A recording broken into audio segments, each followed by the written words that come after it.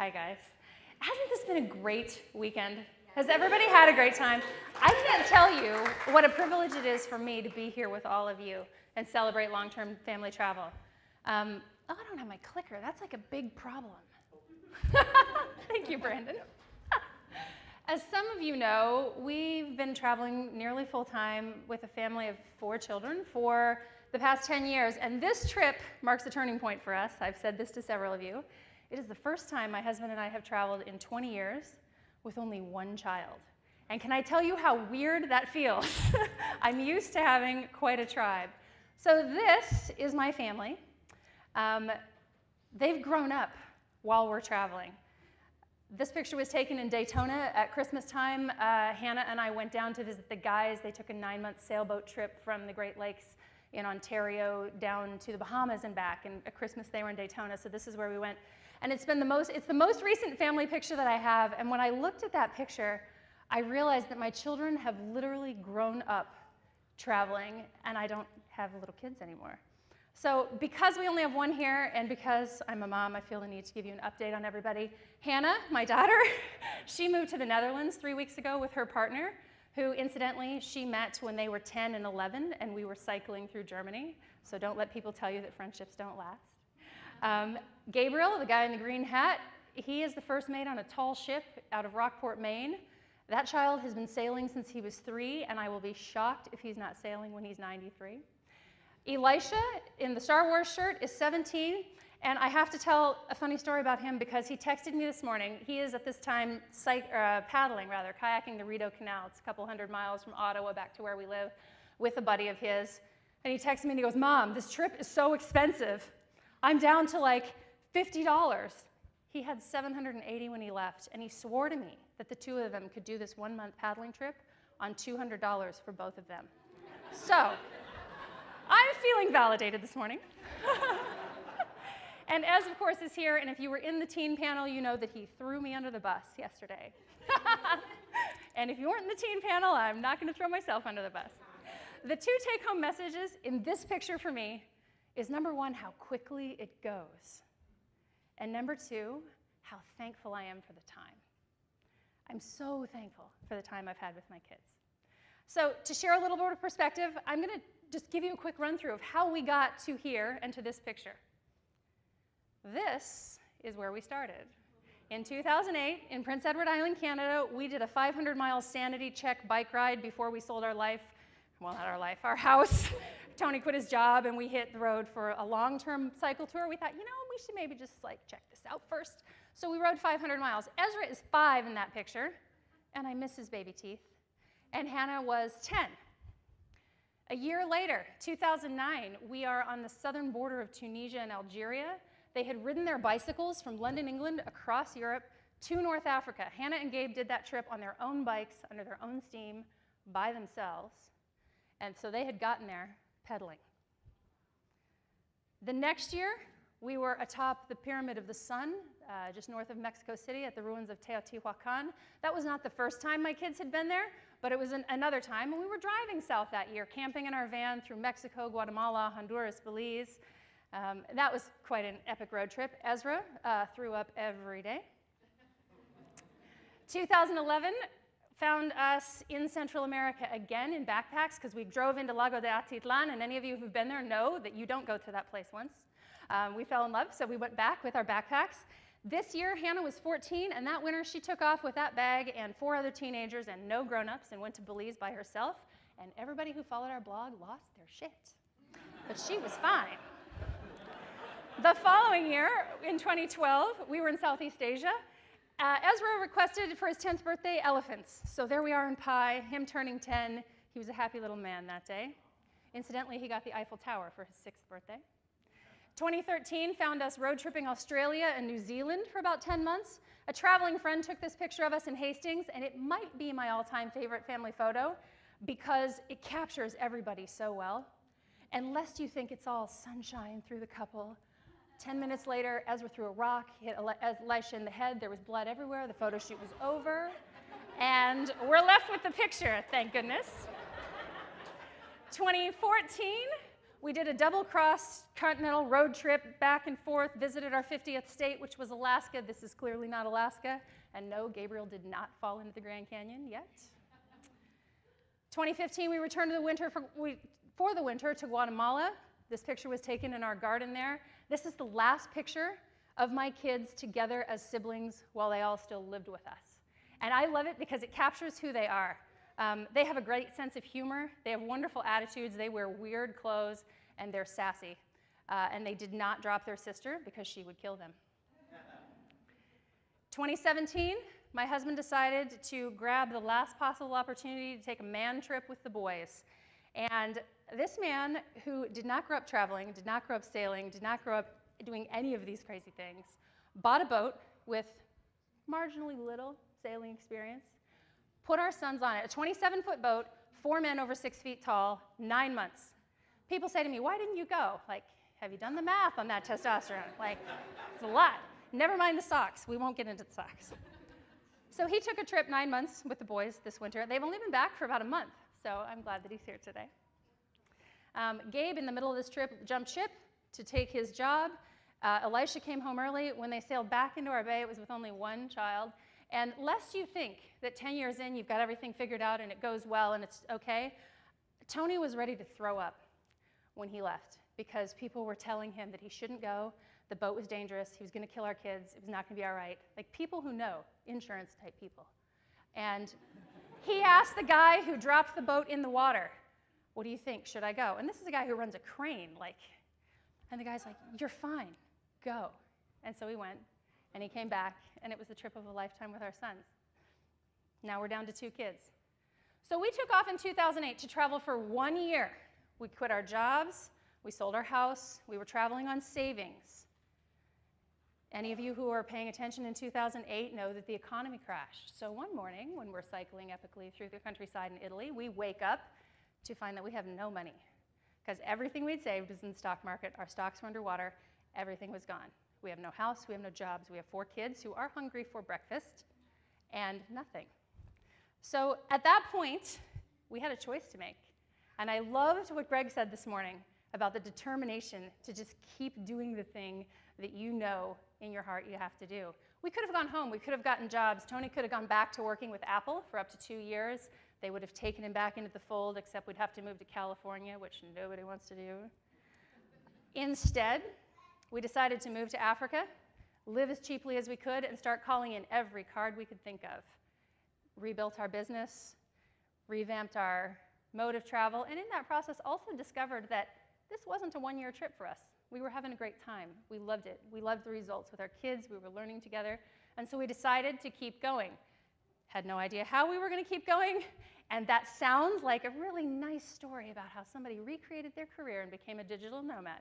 It was 3 years of terrifying, because any of you who are in the process of building businesses know that your income is here 1 month, and then it's here 1 month, and then it was just a lot. And then all the time, people are telling us, what are you doing? Come home, be grown-ups, this is crazy. So if you get one thing out of this weekend from Ka, from Greg, from Brandon, from me, it's that you can do this. And we know that you can do this because we did this, and we are not special. So what is the secret to making long-term family travel a reality? Hopefully, this weekend you've been inspired. But now, for some of you, it's time to take action. The primary secret, and Greg has talked about this extensively, is commitment. You just have to decide you're going to do it. For us, we were taking a drive in the mountains of New Hampshire when Ezra was not potty trained. And we decided, you know what, in 2 years, we're going to take the kids and take a long bicycle ride across Europe. The children were in the back fighting. Ez had a poopy diaper. I don't know what we're thinking. But we committed that day, and we're like, okay, you know what, every other major life transition in our lives has happened on April 1st. April Fool's Day is kind of a celebratory day in our family. Take that as you may. And so we decided that April 1st, 2 years on, we were going to do this. We went home, made a sticker chart for the children that had 2 years' worth of spots on it. They started putting a smiley face on every day, and I started making lists. Our friends, we told the next Wednesday when they were over for dinner, and they kind of glassed over and went, yeah, 2 years from now. Okay, Another crazy thing the Millers are doing. Get committed to your dream. The second thing is the 7 Ps. And you can thank my Uncle Dick for this one. There's nothing I can say. Proper prior planning prevents piss poor performance. Taking off to travel long-term as a family is very different than traveling with boots and a backpack in your 20s. Any of you who've done that know the difference. The primary difference is there are a lot more boots and there are a lot more backpacks. I can't overstate for you the importance of planning. And I know that there are a lot of people who say just jump in and do it, lean into the experience, figure out as you go. Yes, to all those things, definitely all of that is true.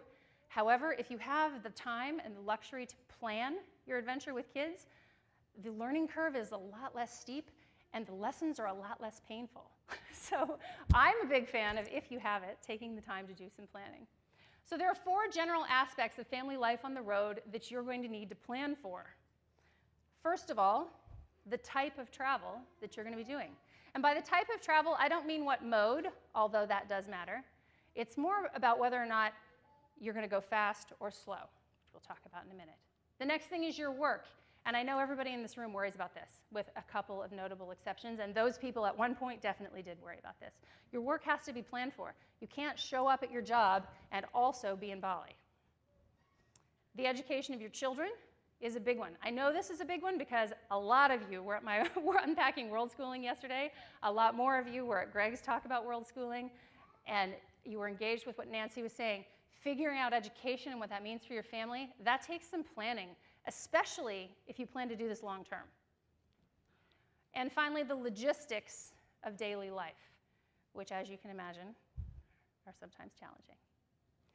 So choosing your type of travel, this is a picture of my children on a test trip at a place that I wintered when I was 8 as a child, and so I took that picture from my dad because I learned to swim there, among other things.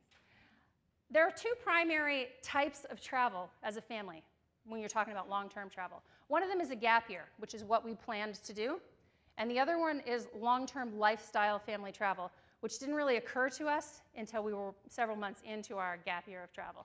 So they're very different. If you're planning for 1 year, you've got one set of logistics. If you're planning for a lifestyle, you have another. What we have discovered for lifestyle family travel, and I know a number of my friends in this room would agree, is that slower travel is much easier with a family. And there are some other reasons that that's a good choice too. For me, we rode our bicycles the first year. That is a physically taxing task. My bike fully loaded without the 50 pounds of no-help child on the back weighed more than I did.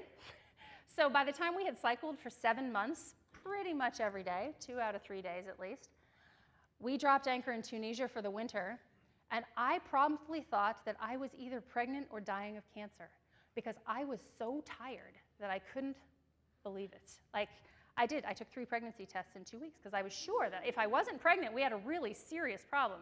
No, we had just been moving way too fast for what was sustainable for our family. So consider when you're thinking about, am I taking a gap year in which I have limited time but quite a bit of money and I can pack a lot into a year, or if I'm going to do lifestyle travel, think about your work-life balance. Think about the family needs versus the individual needs. I'll tell you that it's a whole different thing traveling with my 4 teenagers than it was traveling with 4 little kids. Those are not the same trip. And if you have some of each, then it's, to be considered also. The cost-benefit analysis. Fast travel is expensive. If you have a lot of time and very little money, slow travel can actually be cheaper than staying home. The people ask all the time, how much does travel cost? We only really kept track that first year when we were cycling. But we did that entire trip for a year for all 6 of us, flights, food, lodging, all of those things, was about $30,000. That was roughly half of our household budget from the year before when we were living a stationary life. So family travel can be very affordable. You can actually save money to it. And since then, of course, we've learned that there are so many other ways to live. But the people here who are traveling full-time were not necessarily independently wealthy people. It doesn't have to be an expensive lifestyle. And also consider, when are you going to rest? People say to us, oh, it must be so great. Your whole life is vacation. Like, yeah, that's exactly what dragging 4 kids around the world is. That's vacation. You have to find a way to rest. How do you rest when your whole life is vacation? The other thing is, I'll tell you how I rest. I know I'm resting when I am not cooking and not doing laundry. That's my high water mark. It's okay for this to change also, okay? It can definitely change. Your family's gonna grow. Things are gonna be different. The next thing you need to think about is planning for world schooling. I love this picture of Ezra. He's drawing the sunrise over Angkor Wat. That was what Hannah asked for her 16th birthday.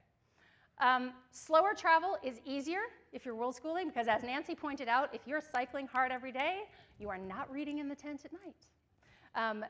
Slowing down, giving yourself the time to immerse yourself in a culture, it's better for language development. Christine talked about that. It's better for just the kids, you know, everybody gets tired. They don't want to be pushed through one more museum. Taking your time is good. The most important part of world schooling your kid, and I've said this to several of you this weekend, it's not about where you're going necessarily. It's not about what program you're picking. It's more about your philosophy and knowing your why, which Greg also alluded to. If you know your why for your kids, if you have an educational philosophy that resonates with you, the how becomes so easy because you can pick and choose from a number of experiences that are going to move you towards your end. Working while traveling with the family. Raise your hand if this drives you crazy. Yeah, for the first time in my life, I now have an office. Oh my gosh, game changer. The only thing that was quite as good as the office was noise-canceling earphones. That helped a lot. This picture was taken in Laos. Tony and I had rented boats and were moving the kids down the Mekong off the tourist track, but we had Wi-Fi that day, so we were working. There are a lot of amazing digital nomad parents in this room. Pick their brains and ask questions, because there's not one way to do this either. It's important to consider how you're going to get your work done so that you know, if you want to live this life long term, so that you can continue to fund it. How you're going to build your business. Try things. Experiment with strategies. Follow the podcasts of people like Paul. The short version of what works for us is to travel slowly, to have home bases with decent connectivity. Not recommending New Zealand for that. Balancing work projects with home and travel projects. You can't do it all at once. If you're traveling fast, you are not working effectively. If you're working effectively, you're probably dug in somewhere and going slower. That's okay. Having a daily schedule, for us that has meant mornings for work, afternoons for adventure. Outsource what you can. Set a goal for yourself. How much do you want to work? Do not, by default, as an entrepreneur and business owner, work the 120 hours, which is actually impossible, in a week that you thought you were escaping from before. Set a goal. Do you want to work 20? Do you want to work 30? Do you want to work 5? Structure your business around that. Choose your work partners wisely and with an eye towards your end goal. If you're changing the way you live your life, you're also going to change the way you work. Be intentional about that. There are very smart people in this room who can help you far better than I can with that. Ask them. Build a network, which is one of the things we're doing here, right? Like, you're connecting with people. These are your people. The minds in this room, the businesses in this room, these people can help you learn to work effectively and travel with your family. Building a network, to me, is the most important part. So on to managing logistics. There are a lot of moving parts to travel. I'm going to cut this significantly shorter because I'm going to talk about a lot of this in the session that I'm doing this afternoon. And if you're a person who is planning actively towards the next big thing, you want to come to that because we're going to talk about it.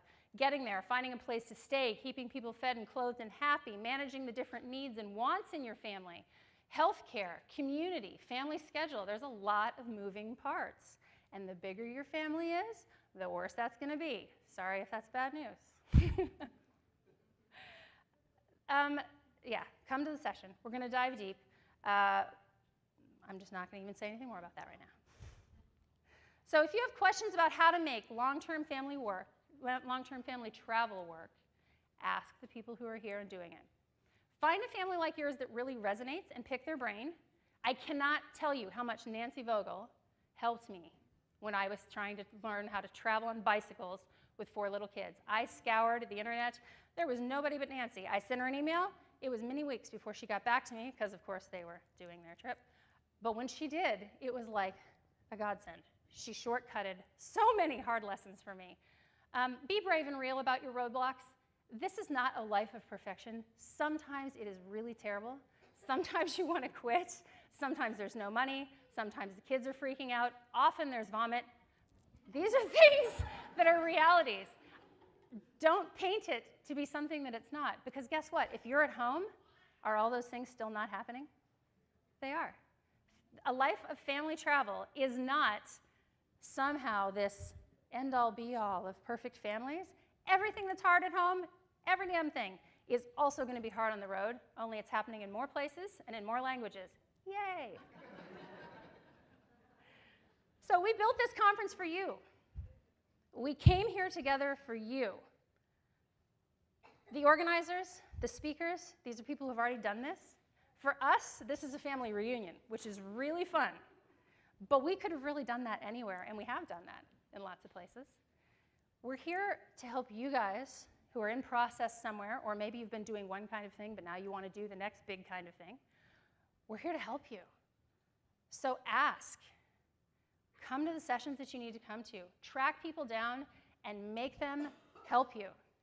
Get the cards of the people that you want to stay connected with and make a point of doing that. Use this time. Connect with each other. You can do this because hundreds of other families are doing it. We did it. The Vogels did it. Paul's doing it. The Votners are doing it. Christine does it. Amy, the Pierces, the Kings. There are people in this room, the Dennings, the Sundance family. These people are doing it. You can also do it. We are not special, and there is no magic. I think that's the thing I would like to communicate via the internet, because it appears that it's magic, and it's just not. It's not. It's a privilege to be in this room with you. Brandon, thank you. We're not here under our own dime, in case you're wondering. We collectively in this room did not afford this conference. Brandon has gifted us with this.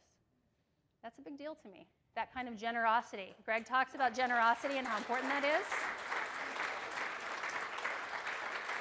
He has gifted you with this weekend. He's gifted me with this weekend. And there have been people in this room this weekend that have changed my life and have changed my business thinking and have given me things that I wouldn't have otherwise. So I appreciate that. Thanks. So in closing, I'd like to introduce you to some of my friends. These are people who inspire me. They're people who encourage me. They're the people who support me when it's really terrible, and truly it is sometimes really terrible. They build businesses with me. They've laughed with me. They've cried with me. These are the people who help me raise the bar on family life, on education, on the kind of human being I am. And they're the people that I have chosen as my family over the years. And some of you know that I won the cosmic lottery with my actual family. I'm one of the few people who have been handed a legacy that is truly beautiful. And it's a gift for me to try to steward that and hand it forward to my kids. But then there's this whole other segment of the population that I get to choose. And these are my people. Well, maybe these are my people. Hello, Tom. Are these my people? This is my friend Talon and his daughter Haley. He's a single dad traveling the world slowly with his child, unschooling, world schooling, house sitting along the way. His blog is One Dad, One Kid. And Talon taught our two youngest boys to scuba dive when we were in New Zealand. Oh, thank goodness. Some of them are here, but not Natoya. Natoya and her family, they travel the world and share their journey through photographs. Their blog is The Swift Family Life, and they're on Blogspot. Thankfully, Cliff showed up. Cliff and his family, we met in San Francisco. They travel with their family on school breaks, so they're not on the road all the time, but their family has lived family travel. These are some of our dearest friends, the Palmer family. I don't know if any of you have had the privilege to follow them online or meet them, but these people are fantastic. And travel has been the best education for their 5 kids and really life-giving therapy for Sophie, who Chris is holding.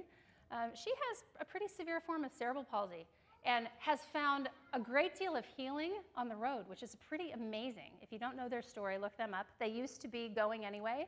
Now they're Green Bus Life Travel. We invited them to come and speak at this conference. They would have come, except they're under a 1-year self-imposed travel ban because they're trying to lower their carbon footprint, which I think is pretty amazing. And if you want to know a good story, ask my son Ezra about the time Ollie and he made a lemonade stand in Australia that almost resulted in Tony going to prison in New Zealand. That was fun. This is Jess and Will Swerow. They're in Europe at the moment. They run a website called World Towning. They're one of the wildest, most crazy families we know. And one day we are going to race tuk-tuks across India with them, but they got to ditch their kids to do it because we don't want to kill their kids. This is Darcy and Kate Toscano. They have 2 beautiful boys. They're currently living in Spain and adventuring everywhere. Another is the Inyan family. They have 10 children, 5 of whom have special needs. They travel the world. They're currently in Morocco. Their website is Travel Deep and Wide. If you don't follow the Inyan family and you have kids that you think, gosh, I don't know if I could travel with them, you'll become a believer that anything is possible. And my friend Melissa also apparently didn't show up. This is very strange. She and her daughter Anave live in Brooklyn, but they travel everywhere together. And I had the privilege of going with her and taking a group of teenage girls deep into the Amazon a couple years ago. That was a huge adventure. She works specifically with women, and her website is called Travel Solo After 40. So the Rickards are another family. We took a month-long road trip with them through the center of Australia with their 6 young children at one time. They now have 7. They've lived with us in Canada. The point of these pictures is that there are so many people that are out there doing things that aren't blogging about it. They aren't necessarily promoting themselves. They're not showing up at the conferences, but you're going to meet them. And the people are the very best part of travel. So what do these families have in common that you don't have? Why were they able to do it and you don't think you can? Nothing. They have nothing. They became committed to their dream and they did the work. That's all. You just have to decide you're going to do it. The quote that Greg had at the end is one that I often use, because once you dream it, once you commit to it, the world moves, and it does happen. People of all races, all genders, all ethnicities, single parents, people with partners, people with 1 kid, people with more kids than sense, developmentally predictable children, and those with special needs. We know all of those people. They are all in our family. They can all do it. They have all done it. You can do it. So if you're ready to do the work, come to my logistics session. Let's talk about that and what it means for your family. And I look forward to seeing you next time. Thank you.